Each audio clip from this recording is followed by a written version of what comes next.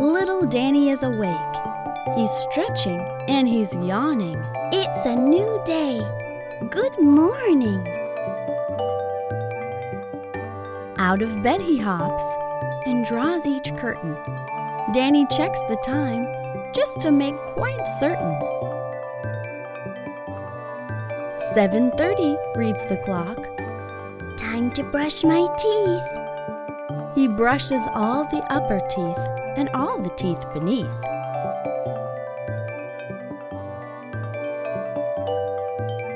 He sees a pile of clothes on his bedroom chair.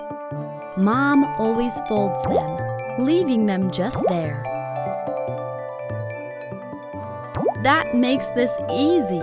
Now Danny can get dressed. First his clean white underpants, then his clean white vest. A t-shirt and some dungarees. What's next, little Danny?